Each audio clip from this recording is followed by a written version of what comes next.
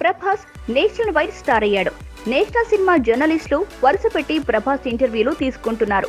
బాహుబలి 2 విడుదలకే మరో నెల రోజులు అంతకన్నా ఎక్కువ సమయమే ఉంది.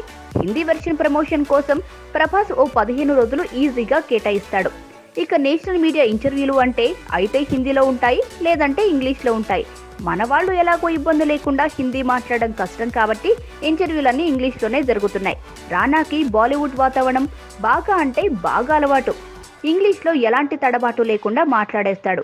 జక్కన్న కూడా ఎలాంటి తడబాటు లేకుండా ఆంగ్లంలో ఇంటర్వ్యూలు ఇస్తున్నాడు. వీరిద్దరికీ నేషనల్ మీడియా ఫోకస్ బాగా అలవాటు. ఇక తమన్నా ఎట్లాగో రఫాడింగ్ చేస్తుంది. అనుష్క ఇంటర్వ్యూలు ఇచ్చేది తక్కువ, కానీ ఇచ్చినప్పుడల్లా తను కూడా ఎలాంటి ఇబ్బంది ఎదుర్కొనట్లేదు. ఇటు చేసి ఈ ఇంగ్లీష్ ఇంటర్వ్యూలలో ఇబ్బంది పడుతున్నది ప్రభాస్ ఒక్కడే. గంటల కొద్దీ ఇంగ్లీష్లో మాట్లాడే అలవాటు లేకపోవడం వలనో, లేక ఈ నేషనల్ మీడియా అటెన్షన్ ఇంకా కొత్తగా అనిపించడం వలనో ప్రభాస్ తడబడుతున్నాడు. స్వేచ్ఛగా తన భావాల్ని బయట పెట్టలేకపోతున్నాడు. ఇంగ్లీష్ పూర్తిగా రాక కాదు, గ్యాప్ లేకుండా మాట్లాడే అలవాటు లేక, అంతే. ఇంగ్లీష్ సరిగ్గా మాట్లాడలేకపోవడం చిన్నతనం కానే కాదు. కానీ మన డార్లింగ్ తన ఆంగ్ల వాక్చాతుర్యాన్ని మెరుగుపరుచుకోవాలి. ఎందుకంటే ఇక నుంచి ప్రభాస్ మీద ఇండియన్ మీడియా మొత్తం కన్నేసి ఉంచుతుంది. రేపు బాహుబలి 2 చాలా పెద్ద హిట్ అయితే హాలీవుడ్ మీడియా కూడా ప్రభాస్ ఇంటర్వ్యూ అడుగుతుందేమో.